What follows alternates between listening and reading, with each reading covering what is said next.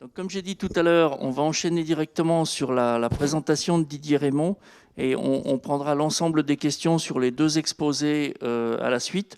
N'hésitez pas à transmettre vos questions pour les gens qui sont à distance. Et puis évidemment, comme je l'ai dit, on prendra les questions en direct dans la salle tout à l'heure. Didier, je te laisse la parole.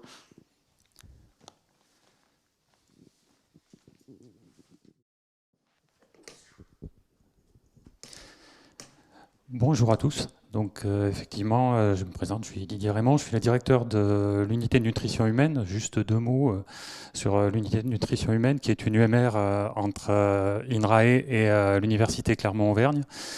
Le fondement de cette unité, c'est en fait de produire des connaissances pour pouvoir proposer des stratégies nutritionnelles pour nous permettre de vieillir le mieux possible, si possible en prévenant toutes les pathologies qui sont associées au vieillissement. Donc notre activité effectivement tournée essentiellement vers la prévention des maladies associées au vieillissement. Alors là, je peux citer par exemple la perte de masse musculaire telle que la sarcopénie, mais ça peut être aussi le diabète de type 2 ou les maladies cardiovasculaires. Donc les stratégies qu'on cherche à développer, forcément, elles sont basées sur des aliments et dans un contexte que vous connaissez tous, qui est l'inscription d'une alimentation dans une optique plus durable et plus saine. On s'intéresse de plus en plus aux produits végétaux. Et donc au cours de ma présentation, je vais partager avec vous quelques pistes pour permettre d'élaborer un apport protéique végétal de qualité. Alors, un apport protéique de qualité, sa première caractéristique, ça va être de pouvoir couvrir les besoins quantitatifs en protéines de notre organisme. Et sur la base des connaissances de ces besoins au niveau des populations, on a pu définir des références nutritionnelles qui sont représentées ici sur le petit graphique. Et on voit que ces références nutritionnelles sont les anciens apports nutritionnels conseillés. Donc vous êtes peut-être plus familier avec cette dénomination. Donc on voit sur le graphique que ces références nutritionnelles baissent rapidement pendant les premiers stades de la vie et ensuite ils se stabilisent chez la personne adulte. Et contrairement à une idée reçue, ils ont tendance à augmenter au cours du vieillissement et au-delà de 65 ans. On voit que les références nutritionnelles qui étaient de 0,8 g de protéines par kilo et par jour chez l'adulte en dessous de 65 ans passent à 1 gramme. Donc si on regarde les consommations au niveau de la population française, ici c'est les résultats de l'enquête INCa, on voit que sur les personnes adultes de moins de 65 ans, la consommation est largement au-delà des recommandations, environ 60% au-delà. Par contre, l'écart se rétrécit de façon assez significative entre la consommation observée chez les personnes âgées et les recommandations. Ces chiffres sont des chiffres très moyens et qui cachent chez la personne âgée une très grosse disparité en fait. Et on sait, il y a de nombreuses études qui ont été réalisées dans ce domaine-là et qui montrent que environ 50% des personnes âgées qui sont en institution ont des apports qui sont inférieurs à la recommandation de 1 gramme par kilo et par jour.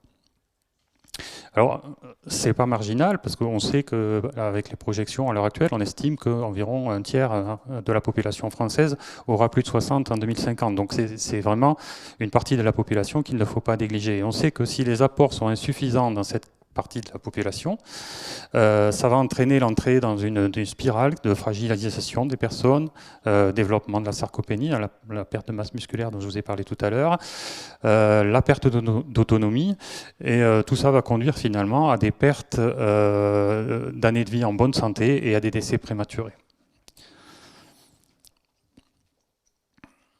Donc, si il est relativement facile chez les adultes de couvrir les besoins protéiques à partir des protéines végétales, on voit que ça peut être un petit peu plus compliqué, à partir des protéines végétales, oui, c'est bien ce que je disais, ça va être un petit peu plus compliqué pour les personnes âgées. Vous pouvez le voir sur ce graphique, en fait, les produits végétaux sont généralement beaucoup moins riches en protéines que les produits animaux. Alors il y a quelques exemples, vous avez par exemple un aliment à base de soja qui est le tofu, qui est quand même assez riche en protéines. Mais vous pouvez voir aussi que même les légumes secs, qui sont souvent proposés en alternative aux produits animaux, ont des teneurs en protéines qui sont quand même relativement modérées. Et si on fait des équivalences, c'est ce qu'il y a sur la partie droite de la diapositive, vous pouvez voir que par exemple pour l'équivalent d'une portion de viande, il va falloir manger 350 grammes de lentilles en tant que représentant des légumes secs. Et sur le graphique qui est un peu au milieu de la diapositive, on voit que en fait, en fonction de la source de protéines qu'on va utiliser, pour arriver au même apport énergétique, ça va entraîner des consommations d'énergie qui peuvent être multipliées de façon très très significative. Donc on voit toute l'importance de la sélection des protéines, de la source de protéines, pour couvrir le besoin quantitatif. Donc au-delà de la quantité de protéines, le deuxième point important, c'est la qualité de ces protéines. Alors, la qualité nutritionnelle d'une protéine, elle est évaluée en général, et en premier lieu, par sa composition en acides aminés indispensables. Donc, les acides aminés indispensables, c'est les acides aminés qui ne peuvent pas être synthétisés en quantité suffisante par notre organisme, et donc il va falloir trouver dans notre alimentation.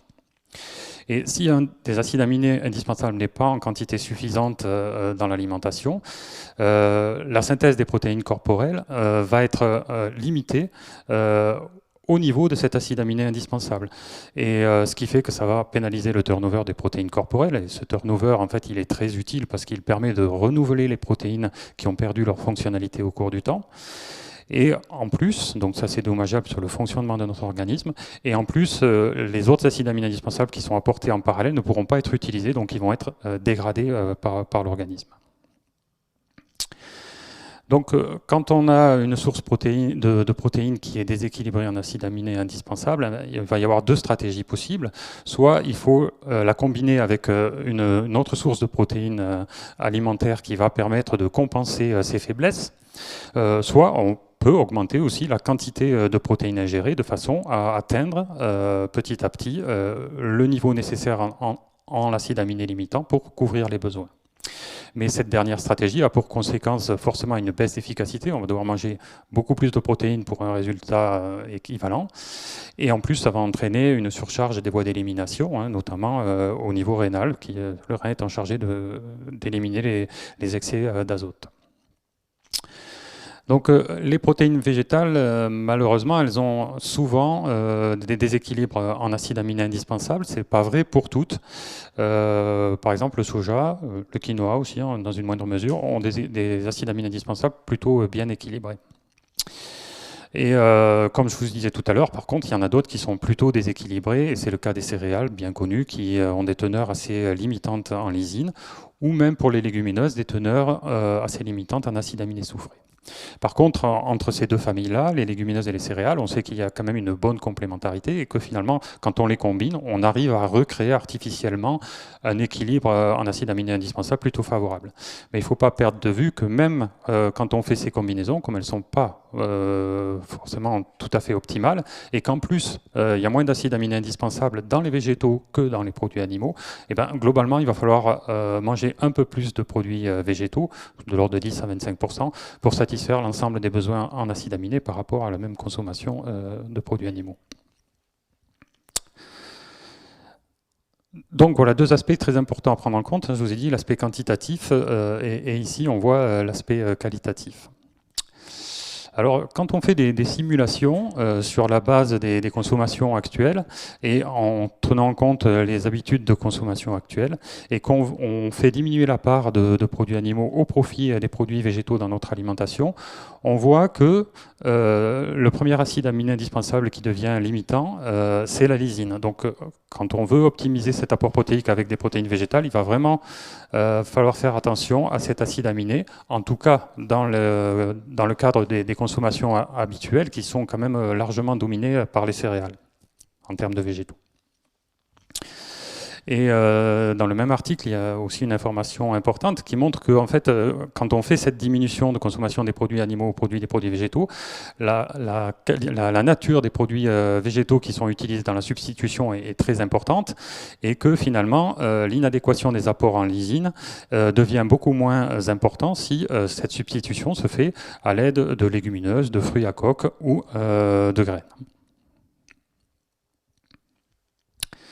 Alors, À l'intérieur, ça a été aussi abordé tout à l'heure par Catherine, en fonction des différentes espèces végétales, on va avoir des variabilités de composition en acides aminés. Alors ici, j'ai pris un exemple. Par exemple, dans la famille des céréales, on voit que la teneur en lysine, qui est donc l'acide aminé limitant, peut être quand même assez variable et que les teneurs en lysine sont supérieures, par exemple, pour l'avoine, l'orge et le riz par rapport au blé. Mais on sait aussi, et c'est ce qui a été dit aussi tout à l'heure pour les micronutriments, on sait aussi qu'en fonction du cultivar, donc de la variété, on va avoir des teneurs en lysine, ici j'ai focalisé sur la lysine, qui peuvent être aussi très différentes, qui peuvent passer de 1,3 à 3,5% de la protéine par exemple. Et en fait, la teneur en protéines, elle va dépendre aussi de la quantité, la teneur en lysine va aussi dépendre de la quantité de protéines qu'il y a dans le végétal. Et donc en fait, les modes de culture vont avoir aussi un impact très important sur les teneurs en acides aminés des végétaux, en l'occurrence ici des céréales. Donc, au-delà de la stricte composition en acides aminés, il faut aussi s'intéresser à la biodisponibilité de ces acides aminés indispensables. Il ne suffit pas qu'ils soient présents dans l'aliment, il faut aussi qu'ils soient disponibles pour l'organisme. Et donc, cette notion de biodisponibilité, en fait, elle est ici traduite par la vitesse et l'étendue avec laquelle une substance active ou sa fraction active est absorbée et devient disponible au site d'action. Alors, pour les protéines, en général, on considère que c'est la fraction des acides aminés alimentaires qui va pouvoir arriver au niveau de la cible. En l'occurrence, ici, je vous ai mis, par exemple, le muscle. Et une grosse part de cette biodisponibilité va être déterminée, en fait, par la digestibilité de la protéine alimentaire.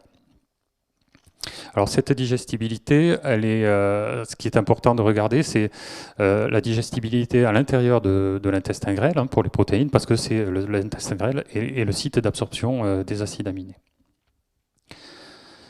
Alors sur ce tableau, j'ai repris quelques valeurs de digestibilité de quelques aliments et de quelques sources de protéines qui ont été réalisées chez l'homme, essentiellement d'ailleurs par des collègues de Paris, et qui montrent globalement que les protéines végétales sont un petit peu moins bien digérées que les protéines d'origine animale. Et qu'en plus, dans la famille des protéines végétales, on a une variabilité beaucoup plus importante de la digestibilité. Alors, ces résultats ont été obtenus le plus souvent avec des protéines isolées, et d'autres études qui ont été obtenues sur des animaux modèles. Et là, pour le coup, les graines étaient données de façon entière, broyées en général, mais non chauffées, mais c'est-à-dire dans leur matrice. Et on voit que finalement, dans ces conditions-là, qui sont quand même plus proches de ce qui est décrit en haut pour les produits animaux, la digestibilité est quand même un petit peu plus faible. Alors, qu'est-ce qui explique en fait cette digestibilité plus faible? Donc au-delà des caractéristiques propres des protéines, qui sont la composition en acides aminés et la conformation des protéines, ce qui va impacter en fait, c'est ce qu'on appelle l'effet matrice, c'est la structure de l'aliment et les interactions moléculaires à l'intérieur de l'aliment. Et pour les végétaux, ça se complique aussi par la présence de facteurs antinutritionnels. Il y en a beaucoup moins dans les produits animaux. Et ici, sur la diapositive, vous pouvez voir effectivement que dans la famille des légumineuses, on va trouver de nombreux facteurs antinutritionnels qui vont avoir des effets négatifs sur la digestion des protéines. C'est notamment les facteurs antitrypsiques, mais ça peut être aussi les polyphénols, ici les tannins, les saponines, etc. Et ce qui est pénalisant par rapport à ce que je vous ai dit tout à l'heure aussi, c'est que plus on vieillit, plus on devient sensible à la présence de ces facteurs antinutritionnels. Donc plus ils vont être présents et moins bien on va digérer. Donc ça va encore concourir au fait que la biodisponibilité va diminuer chez les personnes âgées. Alors heureusement, par les traitements technologiques, il y a moyen de désactiver, voire d'éliminer ces facteurs antinutritionnels.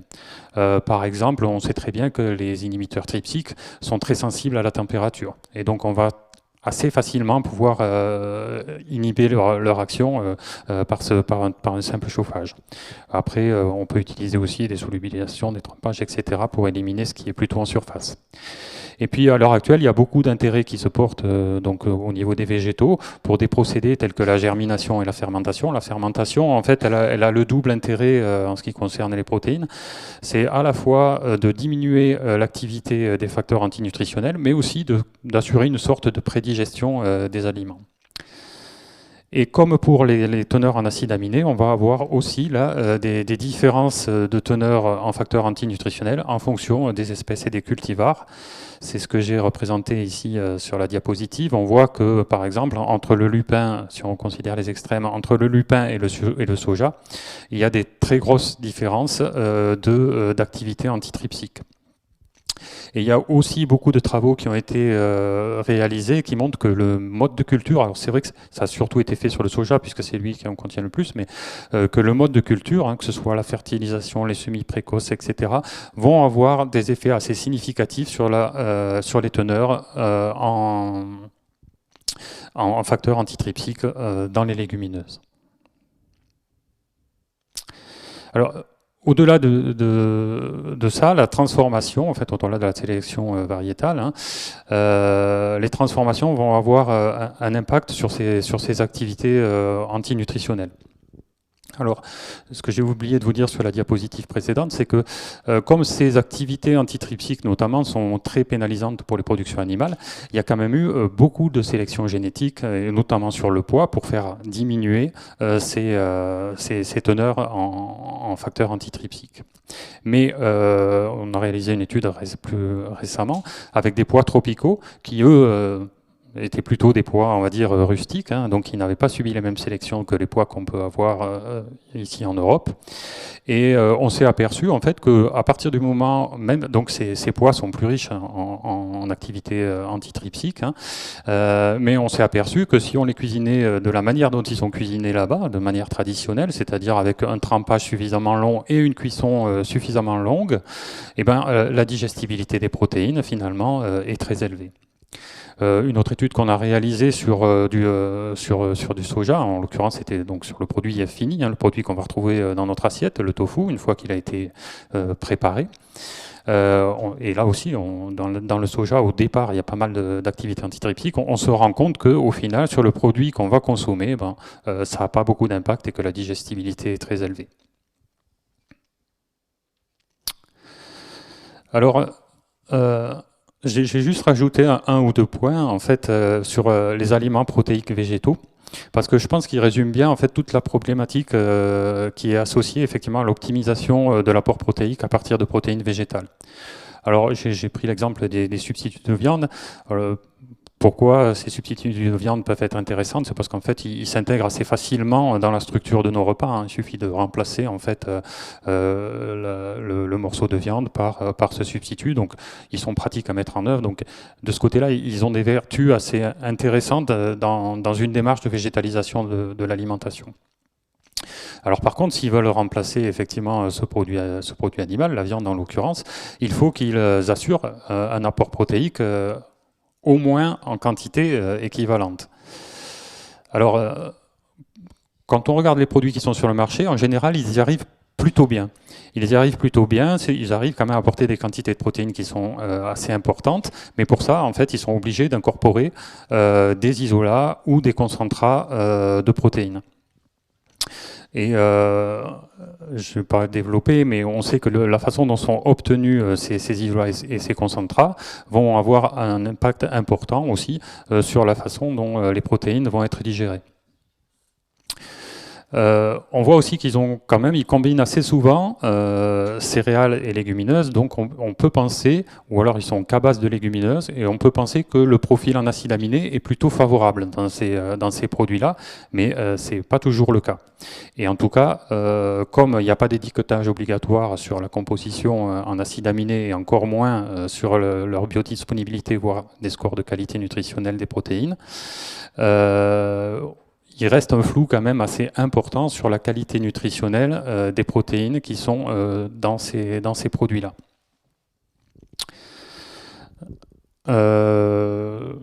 Voilà ce que je peux dire sur ces produits. Un autre exemple, juste pour illustrer une autre problématique, c'est que on voit aussi se développer pas mal d'alternatives avec des aliments riches en protéines sur la base de produits plutôt de boulangerie, pâtisserie, etc. Il faut quand même faire attention avec ces produits parce que certes c'est toujours louable de remplacer notamment un petit peu de farine de blé par d'autres farines pour enrichir le produit en lysine, mais ces produits sont généralement soumis à des très fortes températures et on sait que c'est un milieu très favorable pour développer des réactions de Maillard, hein, température élevée plus présence de sucre réducteur, et donc au final ça va faire diminuer, enfin ça va diminuer la disponibilité en lysine. Donc on voit qu'on peut avoir un effet en fait qui va venir s'opposer. On a un effet, on a une volonté au départ qui est plutôt louable, qui est d'augmenter la quantité de lysine dans le produit, mais au final, si on la rend moins disponible par les traitements, ben on voit que c'est quelque chose qui vient s'opposer aux bénéfices. Alors, une dernière diapositive, en fait, pour vous rappeler que, en fait, on mange pas des protéines, hein, on mange des protéines au sein d'aliments et on mange des aliments au sein d'un régime alimentaire, et que couvrir le besoin en protéines, que ce soit quantitatif et qualitatif, ça ne peut pas se faire sans considérer la couverture des autres besoins, des autres nutriments. Donc là, j'ai sélectionné une ou deux études qui montrent que, donc à partir des données actuelles d'alimentation, si on fait un remplacement des protéines d'origine animale par des protéines d'origine végétale, il est nécessaire de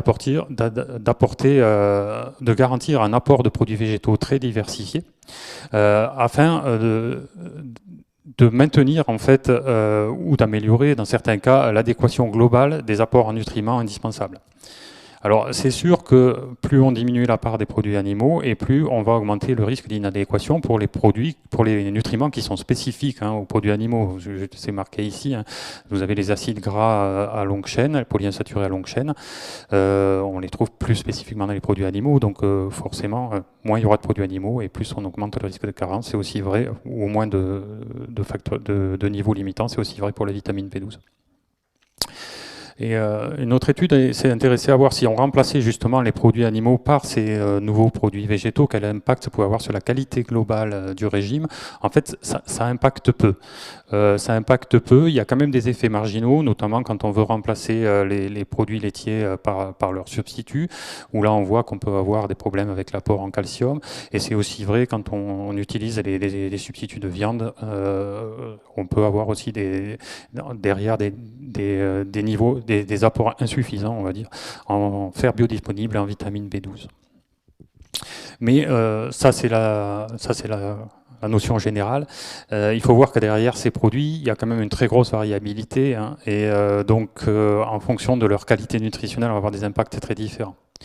Et puis il y a des questions qui reviennent derrière, si on s'intéresse à une alimentation un petit peu durable, et surtout sur les effets sur la santé de la consommation de ces produits. Ce sont des produits qui, de fait, comme ils sont basés sur des protéines qui sont extraites, vont rentrer directement dans la catégorie des produits ultra transformés, avec tout le débat qu'il y a autour de l'effet de ces produits sur la santé.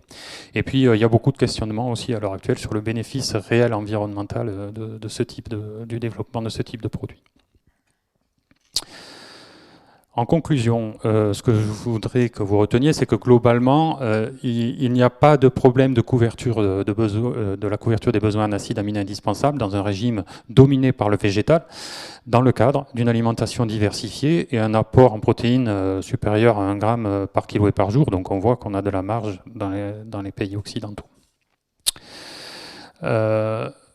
Plus la quantité, par contre, de protéines consommées diminue, et là on va toucher à l'alimentation des personnes âgées, plus la qualité nutritionnelle des protéines va devenir importante.